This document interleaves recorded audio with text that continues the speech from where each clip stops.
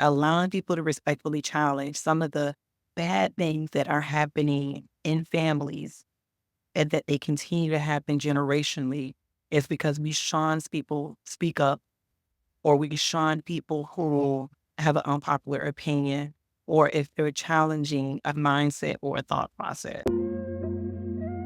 Welcome to Sheila's Take, your go-to podcast for thoughtful insights on love, faith, health, fitness, relationships, and navigating today's challenges through a spiritual perspective. Join me, Sheila Dunbar, as we explore various aspects of life with a mindful and godly approach. Tune in for engaging discussions on all things meaningful and transformative. Welcome back to Sheila's Take, and I'd like to welcome my guest, Miss Doris Jackson Shazier. Doris is a dynamic leadership coach. She's a people management consultant, and she's an author with a wealth of experience in fostering organizational growth and excellence. Her specialized coaching, parenting, life, executive, and neuro-linguistic programming has helped numerous clients achieve their goals. Doris's latest book, Raising Justice: Lessons Learned from Motherhood, offers invaluable lessons on building stronger family connections. With her blend of professional expertise and personal wisdom, Doris is sure to provide a fresh perspective on leadership and personal growth. So welcome, Doris. Welcome to Sheila's Take. How are you? I am so great, Sheila. That has to be the best intro I've ever had. I'm going to need a recording of that to play before all of my speaking engagement. You know what? Just take me with you and I'll do your intro first. That's that. I need you on the team. So, let's jump right into it. Now, you in your bio, you mentioned it has something called neuro-linguistic programming. Yeah, Okay. linguistics programming. What is that? Explain that to me, please. Okay, so for short, it's called NLP, Okay. coaching. And so NLP is a subset of coaching that focuses on language Okay. in the way that we speak. So we think about the inflection of your voice, certain words that you use. You may be an audible person where if you're telling a story, you'll say most of the things you heard, there was a loud scream, or, the tone of the person's voice would be important in your story. But then if you're more of a kinesthetic person, it's more about how you feel. Okay. So neurolinguistics programming helps you to really help extract limited belief from people, but it's by the way you listen to the words that they use and the way they communicate. So it's a heavy focus on communication. Is the best way I could sum it up. When I read it, I'm like, well, that's interesting. That's one of my first questions I have to ask her about. How did you get into the career of leadership and coaching? What made you want to go in that route? So long story, but I would say that I got my first management position really, really young. I was 19, 20 years old when I got my first management position. So I've always been in a position where I manage others. Okay. And I've had teams as small as 5, as large as close to 10,000, where I manage over 5 states, 94 locations. I had a whole, like the Southeast for the company I used to work for. So I'm very comfortable and accustomed to leading other people. So it's always been a part of what I've done. Okay. So coaching's always been there. Most recently, I left corporate America last year to coach full time. And pretty much I wanted to rebuild or design the career that I felt like I deserved, that I needed, that I wanted. And I wanted to take the best elements of everything I've ever done. And so number one thing was I enjoyed the most about working was coaching and developing other people. So I knew it was there. Now, NLP is something that I didn't know about before, maybe 2.5 years ago.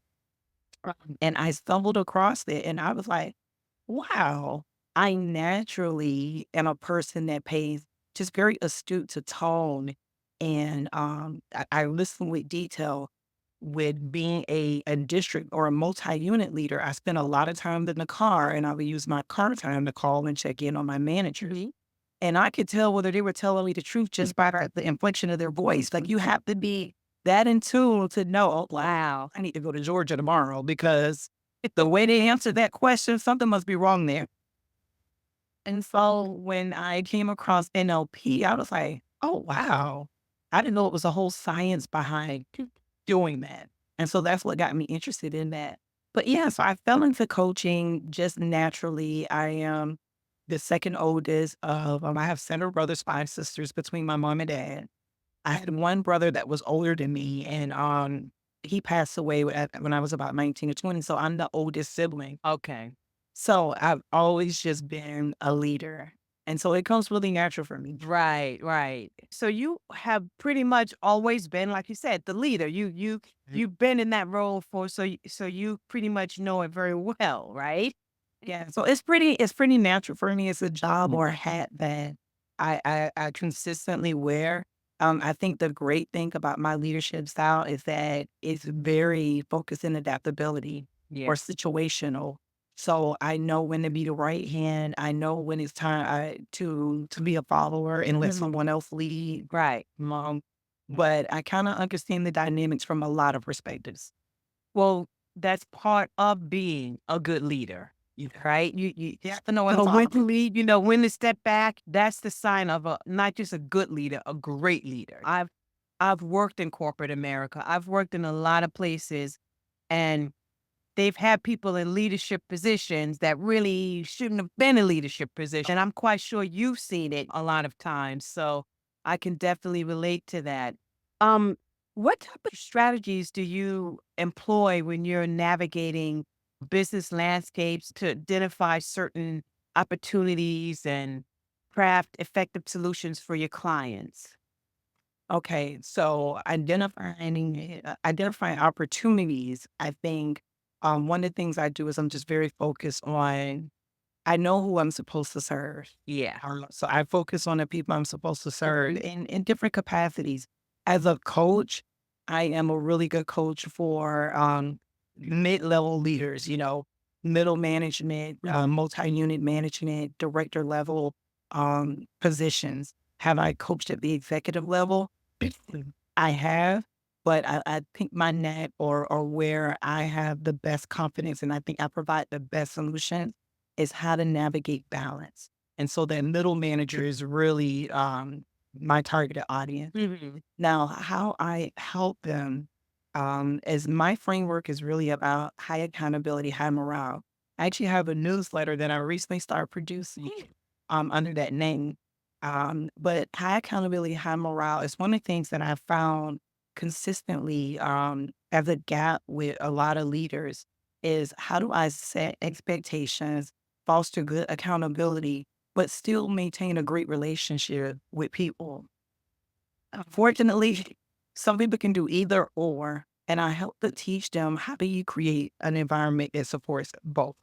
How can you have a great relationship with that person, but there's a good understanding of what the expectations are, that there's good systems and processes in place that drive accountability and you get the results that you need Mhm. and still have a great relationship. Right, right.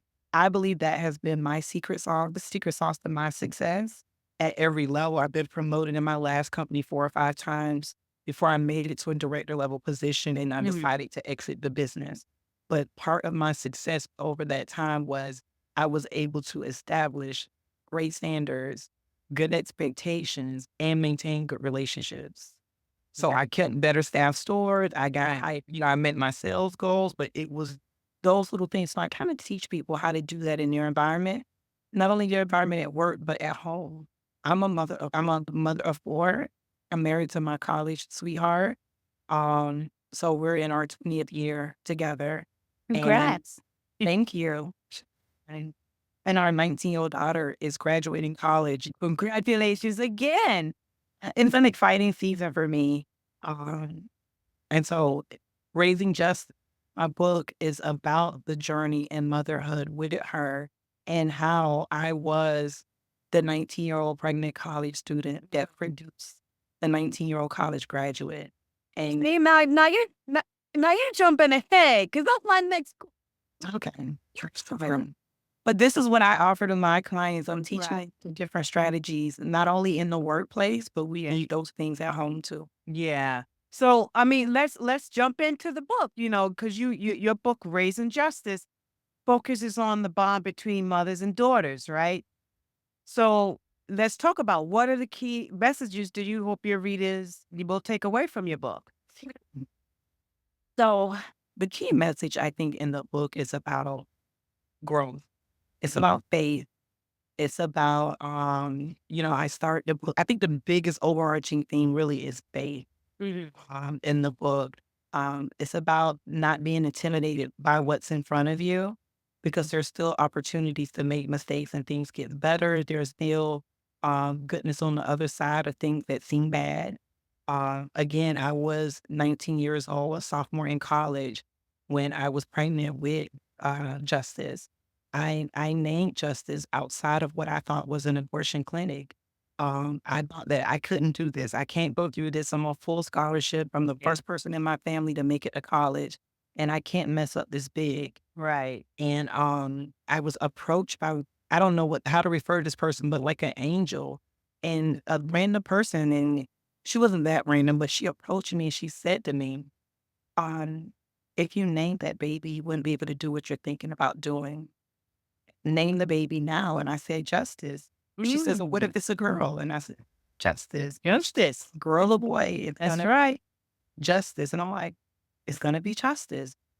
And it was a pivotal point for me in how my mindset changed. I got a little bit more serious about life, and it begins the journey of raising justice. So the overarching theme I would say is faith.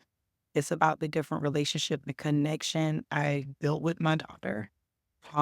That as I've gotten older, I've seen that it's unique among some of my friends or some of what I hear from colleagues and other people about their relationships with their mom. And I was able to create a relationship that I didn't necessarily experience with my mother or grandmother, but I set out to cultivate a different type of relationship with her. So I shared the different things that I think were game changers to establishing a good relationship with her. Oh, that's beautiful. And the book is out now, correct? So it's available on my website, DorisJacksonShazier.com. It'll be available on Amazon, Apple, and Barnes and Noble. So how do you incorporate all of that? You're a mother of four. You're a coach. You have so much. How do you incorporate all of that? And I think now I probably have the best balance. It was probably a little bit more out of whack when I was working a full future job in Really? corporate America and the demands of it because I didn't necessarily have as much autonomy over my schedule. Had some autonomy, Yeah. but there were still requirements. And now I'm in a position to prioritize. I can decide that this day I'm not doing something because I have a more important engagement to Right. block my calendar out. So yeah, I do a lot of planning, Mm-hmm. a high level of communication, so everybody has to know and understand the plan. I have the calendar on the wall behind me, and it has even the menu for the week planned out so that I could be strategic in how I grocery shop. So it's a lot of planning, a lot of communication, and a lot of balance. I work hard, but I play hard too. Yeah. Yeah. I'm not super serious. I travel very often. I make fun activities, for my kids. Um, and I carve out time, individual time for each one of them. Cause I have 4 kids in 4 different stages. Like none of my kids are close together. Okay. And so I have a 19-year-old. I have a 16-year-old that's going into senior year. I have an 11-year-old that's going into sixth grade. And then I have a 5-year-old that's going into kindergarten. Okay. Yeah. Yeah. So you got It's just as crazy as it sounds. My biggest lesson learned is you can't please everyone. no. I mean, you definitely can't. Trust me. A I know. 5-year-old wins most of the. Yeah, exactly. Exactly. So, as an African American mother of four, how have your unique experiences influenced your perspective on leadership and coaching, especially within corporate America? It gets really interesting. And so I would tell you that one of my formal positions was I was the president of the diversity council for the company I previously worked for. And there were so many things that, again, drove me into entrepreneurship. But Yeah. one of those things was um, creating spaces for other minorities that wasn't being created for me. So I created a psychologically safe environment, brought these minorities together in the company to talk about different things and Mhm. create this sense of belonging. However, I had to sit in room and spaces where that belonging wasn't created for me. My daughter just graduated with a business degree, and so she wants to kind of follow into that corporate world. Yes, I am coaching her along and making her very aware. I don't think she'll experience some of the things. I'm hopeful that she won't experience some of the things that I've experienced because I'm a high level communicator. I tell her some of the good, the bad, and the ugly. Right. Telling her what to look for. I'm telling her how to spot a toxic work environment, and those type of things, and not work in that culture. As an African American, sometimes they don't understand the duality of what we go through just to show up every day. I've code switched for most of my life, and I pretty much got to a level or a certain point to where I couldn't even effectively code switch anymore. Number one, you grow up. Yeah. You grow up and you get more confident and you're sure of yourself. And so you want to live in your authenticity. And then number two, I didn't have the mental capacity to adapt the way I speak, the way I talk. I remember I went almost 8 years without getting braids because I really wanted to get promoted. Yeah. Wanted to look the part. Um, Before I get the confidence to realize that you're gonna accept these braids right up here in this meeting. Can I share something with you right quick about that? I remember years ago going out for a job when used to go to like a agency and then they would send you out for jobs. And one of the ladies told me because I had braids at the time, and she told me uh it would be best if I didn't have the braids in my hair. Yeah, and at that time it wasn't we didn't have this woke. Yeah, we didn't have the Crown Act that now protects you Yeah. with your hairstyle, but as hard as that may have been to hear, that person was trying to be helpful. Exactly. He was, but it was hurtful, and I'm like, "Okay, well, let me change my hairstyle now and go out and take the braids out." Yeah. But I totally understand what you mean by that. So I'm excited about how things have shifted in some ways. Mhm. Because my daughter has a full out fro and she's been offered job after job after job, but she also has the confidence and the mindset to walk in there and know that she's worthy. And I don't think some of us or the generation before really got that. To earn our way there, and it was more than our qualifications. We had to look the part, speak the part, almost put on a uniform just to be able to get in the room. And so I'm paying it forward in terms of letting her know this is what I had to do to get there, but this is what you don't have to do to get there. You don't have to Right. sacrifice or have your worth being questioned or your value being questioned over things like that. If they can't accept you in that room, you don't want to be in. You don't wanna be in it. That's right. But it That's took me a right. while to learn it. I was ambitious. Yeah. But it's the truth. I mean, sometimes y things may look good, but if you have to sacrifice pretty much your soul, then it's not worth it, you know? I learned it on my journey. I was ambitious and I'm grateful God allowed me to go um, all the way up in the ranks, just under the C-suite executives and work with them and spend time there and have a seat at the table for me to realize that I didn't want that seat. Oh, look at that. Look at that, right? But I'm happy I had a chance to see it because I probably would have still been gnawing after it, Trying to right? get it. Trying to Right. get there. Right. What advice would you give to individuals seeking to foster deeper connections and spiritual growth within their families based on your own experiences? Based on my own experience, I think especially as you're thinking about children, Mhm. one of the things that stands out the most to me with my daughter, and I think it just graces over us, like just passes over us. Sometimes we don't think about it. Is believing our kids Mhm. and advocating for them. Yeah. When I talk to some of my friends, they always can remember the time that they tried to communicate something to their parents and they didn't believe them. Yeah. It leaves a lasting hurt on a child who then becomes an adult. Like it plants a seed of doubt that I don't think people really think about. And I remember my first time, just that my daughter was about 4 years old, where we Mhm. came across something, had no evidence of it. And I said, "Are you sure?" And she's like, "Well, F- are you sure you want to go home?" And she's like, "Yeah." And I said, "Did anything happen?" "No, I just feel it." And Yeah. guess what? I took her home. I Right. didn't mean nothing else. I didn't care what the adults had to say. It didn't matter. At the end of the day, I wanted her to trust her intuition. Yeah. I wanted her to see that I'm an advocate. And I think when you're talking about building good connections, especially with kids, number one, believing them. Number two, communicate with the highest level of transparency that you can. Yeah. Wow. You may have to make sure that it's age appropriate, Yeah. but always try and invest in truth. Always try and settle in truth. Even the tough conversations, how close to the truth can you get at their age that's age appropriate is where I think you should land. Because at the end of the day, you're not raising children, you're raising adults. They're gonna That's be right. children a lot longer than they're gonna be kids.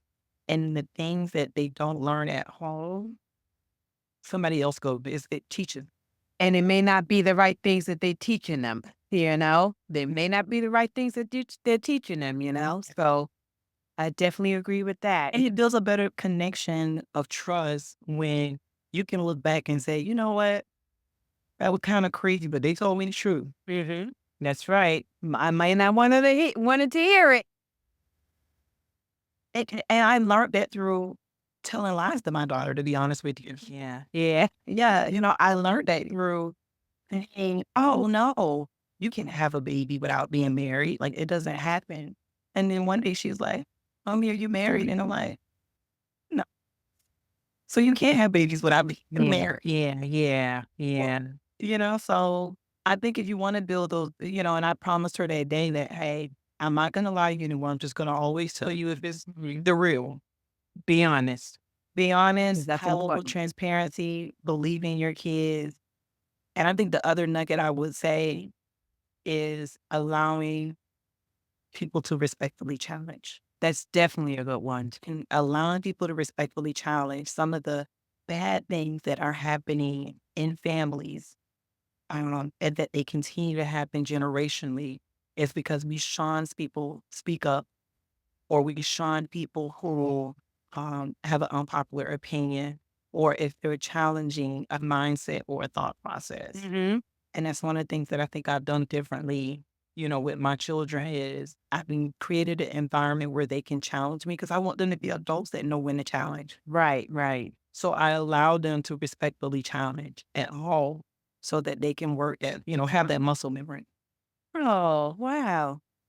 Well, It's hard sometimes. It's hard. My grandma's still in me. But I try to think about the long game. right. Right. Let me ask you this last question. What are you grateful for? You didn't see that coming, did you? I didn't see that one coming, but when I tell you that's such a loaded question, I am so grateful for God's grace. I am grateful um, that in spite of not doing things perfectly or always the right way or the right order, that um, God has still seen fit Mm. to allow me to reap in his goodness. Like I said earlier, I was the 19-year-old sophomore walking the college campus pregnant, um, and trying to figure out how I'm gonna take care of this baby. I work full time, I went to school full time. And I'll be honest, I had my second before I even graduated college. I was the child that had the teen that had a baby on each hip. By the time I graduated college, he still saw fit for me to go and be a six-figure earner in a major company at a director level and to travel to different countries, to be a whole owner, to be married with my husband. So he still saw fit. And so I want people, so I'm grateful for that. Very great. Rich Doris, you said it earlier that you were uh, pregnant with your first child as a sophomore in college, and when you graduated, you had your second one, but you still saw it through, right? Yeah. You still saw it through. You didn't let being pregnant deter you or tell you, well, you know what, I can't do this because I'm having a baby. I can't do this. Oh, I'm having my second one. I'm not going to graduate. You stuck with it, and look where you are now. Look that you poured into lives and that's a blessing. And that's the thing I always say. I stand on Jeremiah 29 and 11, you know, because he only knows the plans that he has for us. You And know, it's we the prosperous. for us to prosper, right? Not and the thing that I like is to prosper and not fail. And it's sometimes when we try and take the plans in our hands, that's when it goes crazy. But I'm so proud that and happy for you that you didn't let that deter you. You did what you had to do, and look at you now. Now you're pouring into lives. You're blessing people. You have a 19-year-old graduating college. Here, It's so amazing. Like in this season, so 20 years ago, this year, 2004, I was walking the campus and I would have been entering my 8th month of pregnancy with her preparing to deliver my justice. And I remember the things that in my book, I talk about the 4 things I prayed while I was pregnant with her and how God answered all 4 of those prayers that I prayed. And one of them was for her to exceed me, that when she got to my age that I was pregnant with her, that she would be in a completely different spot. And here she is, 19, graduating with a bachelor's in business, several job offers, and she has choices. What? And so it's exciting. It's an exciting journey. Yeah, yeah. Any last thoughts? Any last words? Last words. First of all, thank you so much for the opportunity. It's so wonderful to talk and share with you. And Yes, you're any welcome. last words for the audience, please go to my website, DorisJacksonShazier.com. Look up the book Raising Justice, and reach out if you would like to have a thought partner, an accountability friend that's about balance. Please reach out. I would be more than happy to be a partner in life. Oh, wow, that's a blessing. Look at that. Look at that. And they can reach you through your website, right? Yes, You give them give my audience your website again? it's DorisJacksonShazier.com. Okay. And her book is Raising Justice. And so please, I'm gonna order that book because I want to read it. Even though I don't have a daughter, but I still I'm It applies to any child. It applies to any child. I use the same techniques with my sons. yeah, definitely. I thank you, Doris. I'm so happy that you took the time to just be on my podcast and share your knowledge with my listeners. If you want to come back and talk more about your book, you're welcome to do that. But definitely go to Doris's website, buy her book, Raising Justice. And thank you again, Doris. I appreciate you. Thank you so much, Sheila. You're welcome.